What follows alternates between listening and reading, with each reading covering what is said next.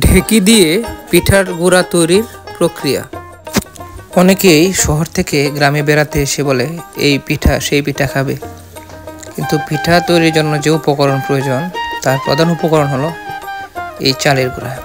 এই চালের গুঁড়া থেকেই মূলত পিঠা তৈরি করা হয়। ঈদের দিনে আমরা যে রুটি খাই এই গুঁড়া থেকেই রুটি তৈরি হয়।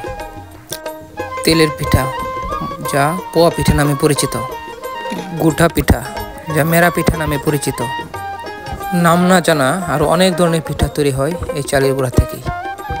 সম্পূর্ণ প্রাকৃতিক উপায়ে ঢেকি দিয়ে পাড় দিয়ে এই গুঁড়া তৈরি করা হয়। এই গুঁড়া তৈরির পরিবেশটা অন্যরকম, মানসম্মত।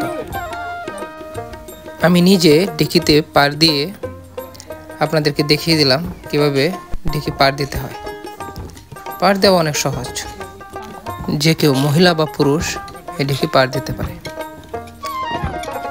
প্রথমে চাল দিয়ে দিতে হয়, তারপর কিছুক্ষণ পাড় দিয়ে এভাবে গুঁড়া হয়ে গেলে এটা তুলে নিয়ে আবার নতুন করে চাল দিতে হয়।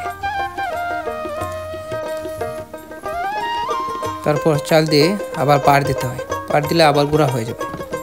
এভাবেই প্রক্রিয়াটা চলতে থাকে শেষ না হওয়া পর্যন্ত। ধন্যবাদ সকলকে ভিডিওটা দেখার জন্য।